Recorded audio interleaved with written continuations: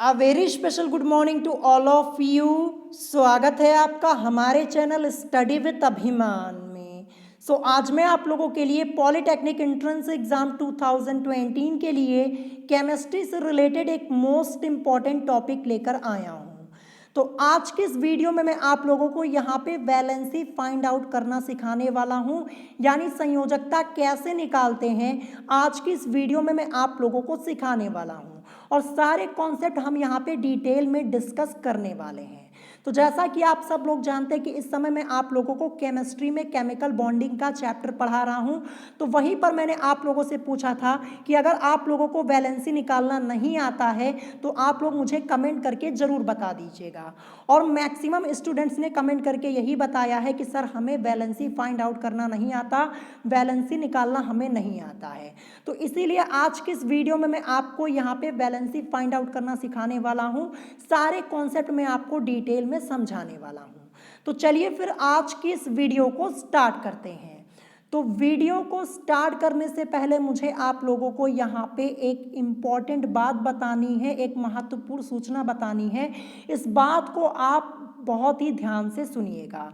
तो जैसा कि मैंने आप लोगों को कई बार बताया हुआ है कि मैं कोई पेड क्लास नहीं चलाता, मैं कोई पेड कोर्स नहीं चलाता हूँ, मैं सभी प्रिपरेशन आप लोगों को बिल्कुल फ्री में करवाता हूँ। मैं पॉलिटेक्निक एंट्रेंस एग्ज़ाम की प्रिपरेशन बिल्कुल फ्री में करवाता हूँ।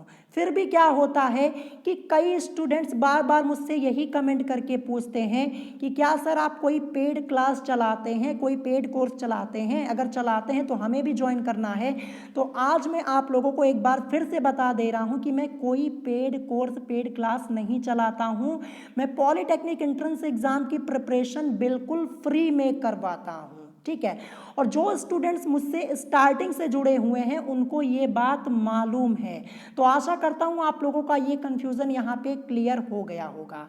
और एक सबसे बड़ी बात आप ये ध्यान रखिएगा, अगर कोई मेरे चैनल का नाम लेकर या फिर मेरा नाम लेकर आप लोगों से पैसे मांगता है तो वो आप लोगों को बेवकूफ़ बना रहा है। आप उसकी बातों में बिल्कुल मत आइएगा।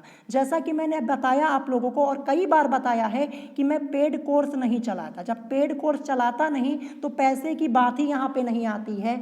तो ध्यान रखिएगा, अगर कोई मेरे चैनल का नाम लेकर या फिर मेरा नाम लेकर आप लोगों से पैसे मांगता है तो वो आपको बेवकूफ़ बना रहा है, ठीक है। और अगर आपके साथ ऐसा होता है तो मुझे तुरंत बताइए कमेंट करके, ताकि मैं कोई लीगली एक्शन यहाँ पे ले सकूँ। ये बात आप ध्यान रखिएगा।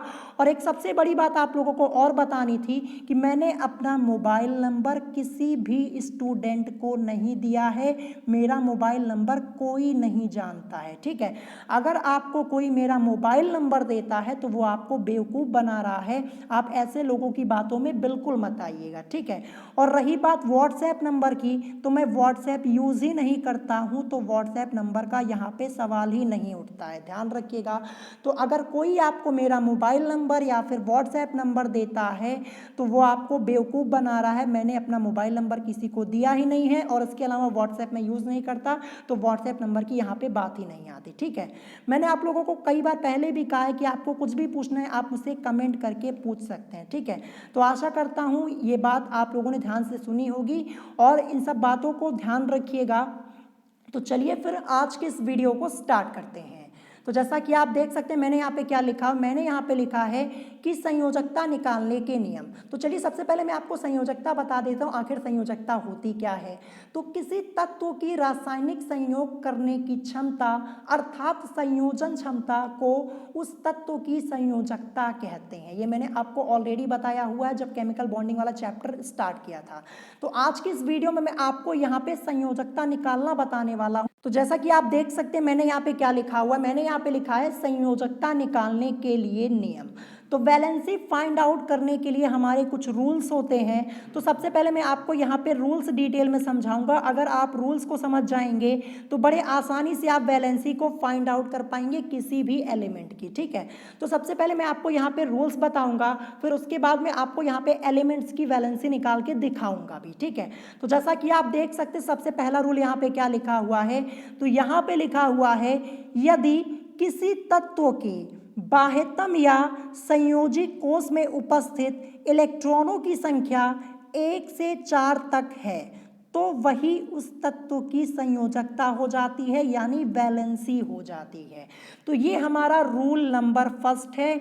इस रूल को आप अच्छे से एक बार पढ़ लीजिएगा, अपने दिमाग में बैठा लीजिएगा, ठीक है। तो यहाँ पे क्या लिखा है, यदि किसी तत्व के बाह्यतम या संयोजी कोश में उपस्थित इलेक्ट्रॉनों की संख्या 1 से 4 तक है तो वही उस तत्व की संयोजकता हो जाती है। तो चलिए मैं आपको यहाँ पे उदाहरण के तौर पे समझा देता हूँ। जैसा कि आप देख सकते हैं यहाँ पे उदाहरण के तौर पे मैंने लिखा है कार्बन की संयोजकता। तो चलिए मैं आपको यहाँ पे कार्बन की संयोजकता निकाल के दिखाता हूँ। तो कार्बन को हम C से रिप्रेजेंट करते हैं, एटॉमिक नंबर इसका होता है 6, यानी परमाणु क्रमांक इसका 6 होता है, ठीक है। तो सबसे पहले संयोजकता निकालने के लिए आपको करना क्या है, सबसे पहले आपको यहाँ पे इलेक्ट्रॉनिक कन्फिग्रेशन करना होगा। ये बात आप ध्यान रखिएगा। जैसे मान लीजिए आपसे पूछा जाता है कि कार्बन की संयोजकता क्या होती है, तो सबसे पहले आपको कार्बन का एटॉमिक नंबर याद होना चाहिए, परमाणु क्रमांक याद होना चाहिए। फिर उसके बाद आपको क्या करना होगा, इलेक्ट्रॉनिक कन्फिग्रेशन करना होगा। तो इलेक्ट्रॉनिक कन्फिग्रेशन करेंगे तो क्या हो जाएगा, 1s2 2s2 और 2p2। ये मैंने बाउ रूल से यहाँ पे किया हुआ है। इसको हम नंबर्स के फॉर्म में लिखेंगे तो क्या हो जाएगा, पहले में देखिए 2 इलेक्ट्रॉन, तो मैंने यहाँ पे लिखा 2, फिर दूसरे में देखिए 2s2 2p2, यानी 2 और 2 4। तो ये जैसा कि आप देख सकते हैं कार्बन का हमने इलेक्ट्रॉनिक विन्यास यहाँ पे कर लिया, क्या आया 2,4। तो जैसा कि आप देख सकते हैं यहाँ पे मैंने लिखा है C, क्योंकि कार्बन को हम C से रिप्रेजेंट करते हैं, परमाणु क्रमांक 6 होता है, इसलिए ब्रैकेट में यहाँ पे 6 लिखा हुआ है। इसका इलेक्ट्रॉनिक विन्यास क्या होता है 2,4, अभी मैंने आपको यहाँ पे निकाल के दिखाया। अब देखिए कि कार्बन के बाह्यतम कोश में उपस्थित इलेक्ट्रॉनों की संख्या क्या है, ठीक है। आपको देखना है कि कार्बन के बाह्यतम कोश में या फिर संयोजी कोश में, ध्यान रखिएगा बाह्यतम कोश या संयोजी कोश दोनों बात एक ही हुई। तो यहाँ पे कार्बन के बाह्यतम कोश में उपस्थित इलेक्ट्रॉनों की संख्या यहाँ पे 4 है, जैसा कि आप देख सकते हैं 2,4 इसका इलेक्ट्रॉनिक कन्फिग्रेशन यहाँ पे आया। तो बाह्यतम कोश में उपस्थित इलेक्ट्रॉनों की संख्या क्या है, 4 है ना, जैसा कि आप यहाँ पे देख पा रहे होंगे। और ऊपर रूल मैंने आपको क्या बताया, यदि किसी तत्व के बाह्यतम या संयोजी कोश में उपस्थित इलेक्ट्रॉनों की संख्या 1 से 4 तक है तो वही उस तत्व की संयोजकता हो जाती है, यानी कार्बन की वैलेंसी, कार्बन की संयोजकता क्या हो जाएगी, इस रूल के हिसाब से 4 हो जाएगी। तो कार्बन की वैलेंसी 4 होती है, ये बात आप ध्यान रखिएगा, ठीक है। तो यही रूल यहाँ पे अप्लाई हो रहा है। और ध्यान रखिएगा अगर बाह्यतम कोश में इलेक्ट्रॉनों की संख्या 4 से अधिक हो जाती है, ठीक है, बाह्यतम कोश में उपस्थित इलेक्ट्रॉनों की संख्या अगर 4 से अधिक हो जाती है तो ये रूल आपका वर्क नहीं करेगा, ध्यान रखिएगा। उसके लिए हमारा अलग रूल होता है, वो रूल अभी मैं आगे आपको बताऊंगा। ये रूल तब काम करेगा जब बाह्यतम कोश में उपस्थित इलेक्ट्रॉनों की संख्या 1 होगी या फिर 2 होगी या फिर 3 या फिर 4 तक काम करेगा, ये ध्यान रखिएगा। अगर बाह्यतम कोश में उपस्थित इलेक्ट्रॉनों की संख्या 5 हो जाती है तब ये रूल वर्क नहीं करेगा, ठीक है। मैं आपको कुछ और एग्जांपल्स यहाँ पे बता देता हूँ। कार्बन का मैंने आपको बताया, अब उदाहरण के तौर पे मैं आपको बता देता हूँ सोडियम का, यानी Na का। अब Na का एटॉमिक नंबर क्या होता है, परमाणु क्रमांक इसका 11 होता है। अब इसका इलेक्ट्रॉनिक कन्फिग्रेशन करेंगे तो क्या हो जाएगा, 1s2 2s2 2p6। तो यहाँ पे इलेक्ट्रॉन्स को काउंट कीजिए, 2 2 4 6 4 10, यानी अब एक इलेक्ट्रॉन की हमारी ज़रूरत है, यानी 3s1 हमारा हो जाएगा। अब इसको नंबर्स के फॉर्म में लिखेंगे तो क्या हो जाएगा, पहले में देखिए 2, तो मैंने यहाँ पे 2 लिखा, दूसरे में 2s2 2p6 यानी 2 और 6 8, और फिर सबसे लास्ट में 3s1 आपका यहाँ पे आया हुआ है। तो आखिरी में इलेक्ट्रॉनों की संख्या कितनी है, 1 है, तीसरे में 1, तो यहाँ पे मैंने लिखा 1। अब देखिए सोडियम का इलेक्ट्रॉनिक विन्यास क्या मिला हमें, 2,8,1 ये हमें मिला। अब देखिए बाह्यतम कोश में यानी संयोजी कोश में उपस्थित इलेक्ट्रॉनों की संख्या कितनी है, देखिए बाह्यतम कोश में उपस्थित इलेक्ट्रॉनों की संख्या यहाँ पे 1 है। तो 1 है तो यही सोडियम की क्या हो जाएगी, संयोजकता, यानी सोडियम की संयोजकता क्या हो जाएगी, 1 हो जाएगी। तो बड़े आसानी से आप संयोजकता निकाल सकते हैं, बस इस रूल को फॉलो कीजिए। आपको ध्यान रखना है कि बाह्यतम कोश में उपस्थित इलेक्ट्रॉनों की संख्या 1 से 4 के बीच में है तो वही आपके तत्व की संयोजकता हो जाएगी।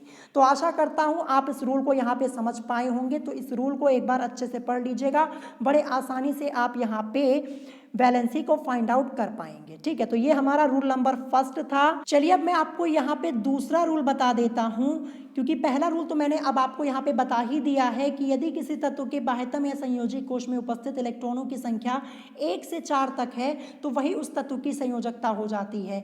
अब दूसरा रूल हमारा ये आता है कि अगर किसी तत्व के बाह्यतम कोश में उपस्थित इलेक्ट्रॉनों की संख्या 4 से क्या हो, 4 से अधिक हो, तब कौन सा रूल हमारा यहाँ पे अप्लाई होगा। तो ये हमारा दूसरा रूल होगा।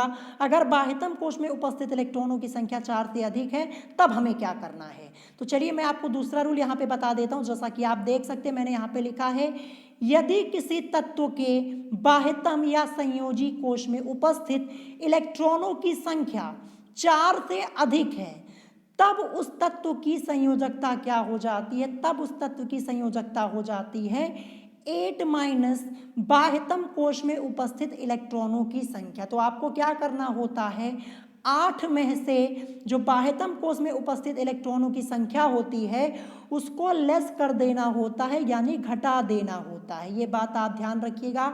ये रूल कब लगेगा, जैसा कि आप देख सकते हैं यहाँ पे लिखा है, यदि किसी तत्व के बाह्यतम या संयोजी कोश में उपस्थित इलेक्ट्रॉनों की संख्या क्या हो, 4 से अधिक हो, मतलब 5 हो, 6 हो, 7 हो, ऐसा कुछ आए, तब उस तत्व की संयोजकता क्या हो जाएगी। आपको कुछ नहीं करना है, 8 में से बाह्यतम कोश में उपस्थित इलेक्ट्रॉनों की संख्या को घटा देना है, यानी लेस कर देना है, संयोजकता आपको तुरंत मिल जाएगी। तो चलिए मैं आपको उदाहरण के तौर पे समझा देता हूँ। उदाहरण के तौर पे मैंने यहाँ पे लिखा है ऑक्सीजन की संयोजकता। ऑक्सीजन को हम O से रिप्रेजेंट करते हैं, एटॉमिक नंबर इसका 8 होता है, परमाणु क्रमांक 8 होता है। अगर इसका इलेक्ट्रॉनिक कन्फिग्रेशन करेंगे तो क्या हो जाएगा, 1s2 2s2 2 2 4 हो गया। फिर इसके बाद आपका क्या आ जाएगा 2p4, क्योंकि यहाँ पे परमाणु क्रमांक 8 है, आखिर में हमें कितने इलेक्ट्रॉनों की जरूरत थी, 4 की, तो 2, जैसा कि आप देख सकते हैं 1s2 हुआ, 2s2 और 2p4। यहाँ पे मैंने इलेक्ट्रॉनिक कन्फिग्रेशन कर दिया। अब हम क्या करेंगे, हम इसको जर्नल फॉर्म में लिखेंगे, नंबर्स के फॉर्म में लिखेंगे। तो पहले में 2 इलेक्ट्रॉन, दूसरे में देखिए 2s2 2p4, 2 और 4 6, तो यहाँ पे कार्बन का इलेक्ट्रॉनिक कन्फिग्रेशन क्या हो गया, 2,6 हो गया। अब देखिए बाह्यतम कोश में उपस्थित इलेक्ट्रॉनों की संख्या कितनी है ऑक्सीजन के, तो यहाँ पे 6 है, जैसा कि आप देख सकते हैं। क्या है यहाँ पे 4 से अधिक है ना, जैसा कि आप देख पा रहे हैं कि ऑक्सीजन के बाह्यतम कोश में या संयोजी कोश में उपस्थित इलेक्ट्रॉनों की संख्या 4 से अधिक है।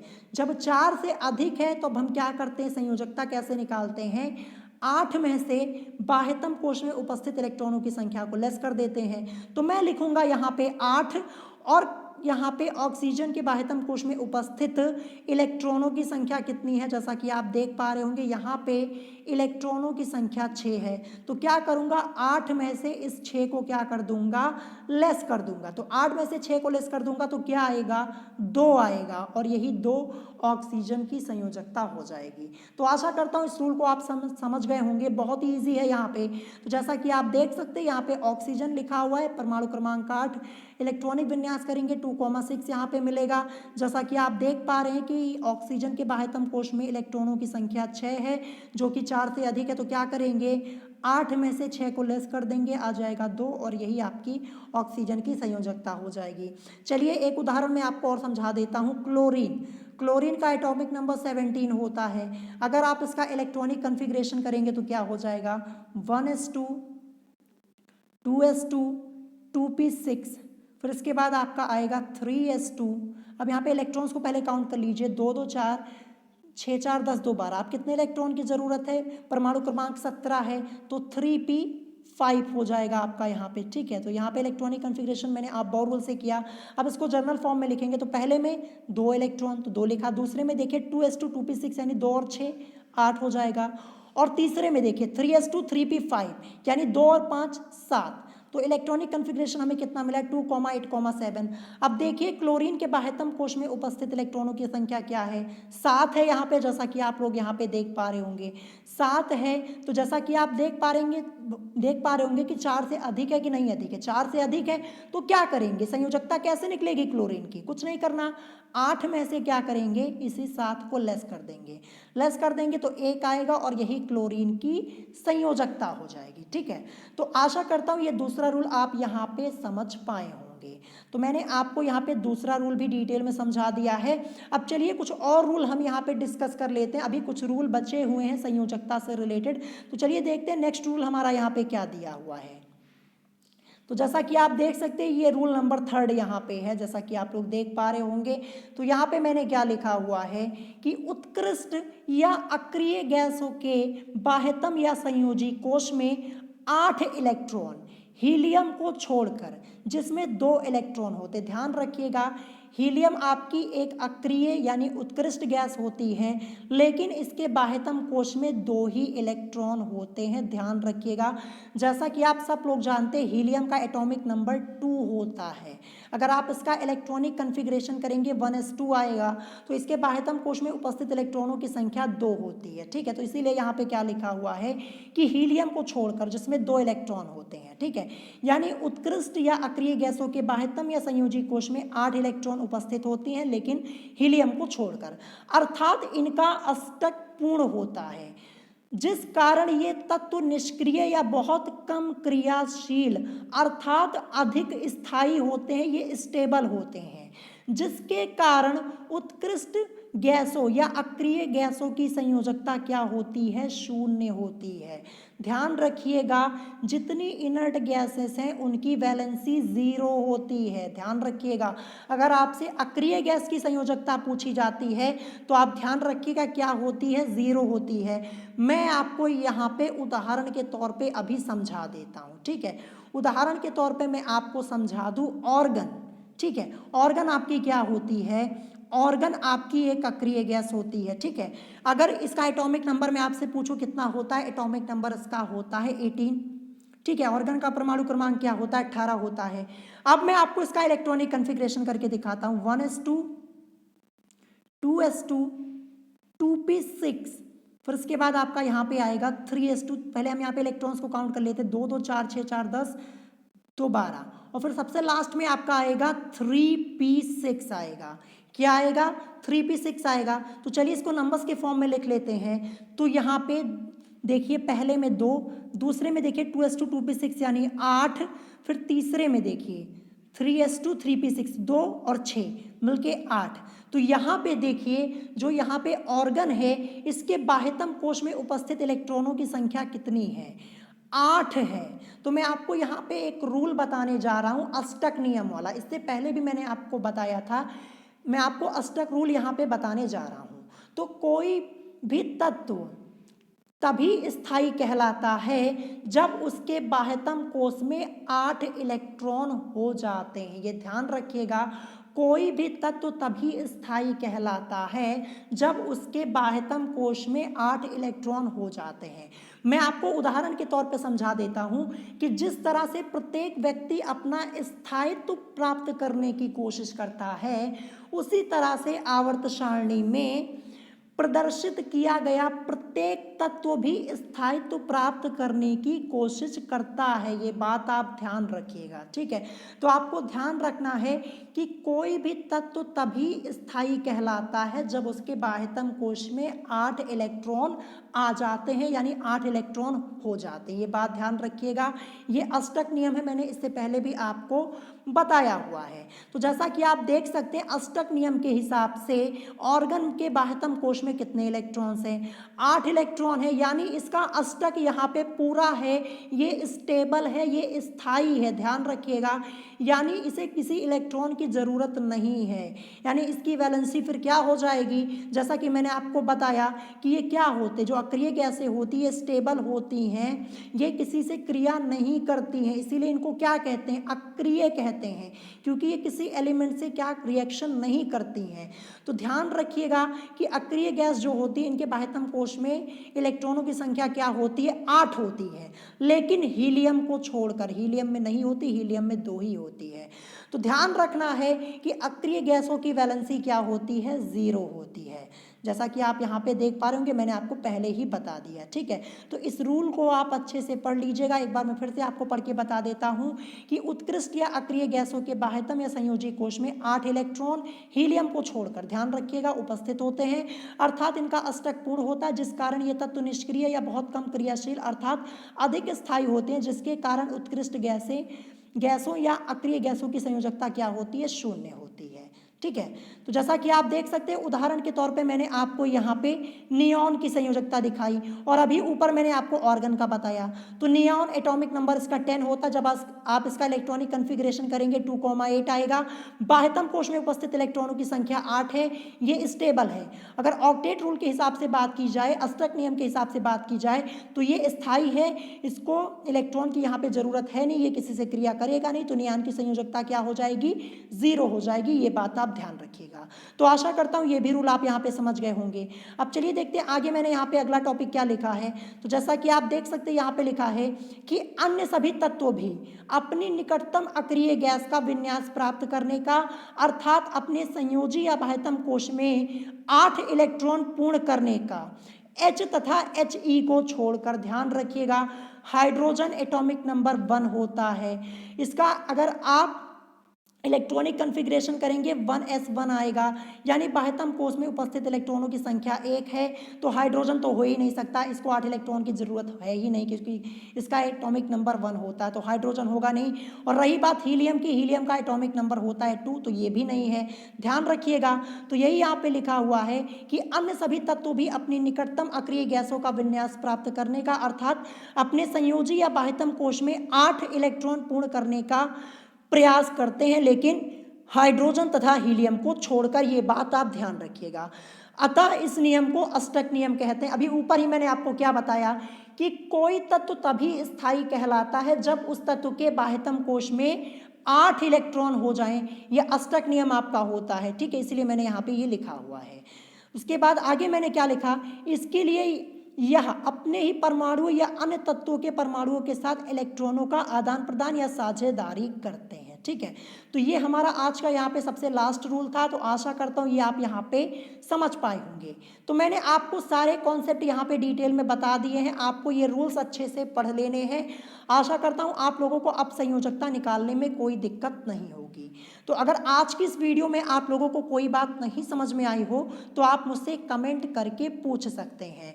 तो एक बार मैं फिर से आप लोगों को यहाँ पे बता दे रहा हूँ कि मैं कोई पेड कोर्स नहीं चलाता हूँ, मेरे चैनल पर आप लोगों को सभी क्लासेस फ्री में करवाई जाती हैं। ये बात आप ध्यान रखिएगा और आशा करता हूँ दोबारा आप मुझसे ये सवाल नहीं पूछेंगे, मैंने आपको स्टार्टिंग में ही बता दिया है। ठीक है, तो अगर आज की वीडियो आप लोगों को पसंद आई हो तो वीडियो को लाइक करना मत भूलिएगा और साथ ही साथ हमारे चैनल स्टडी विद अभिमान को सब्सक्राइब करना मत भूलिएगा।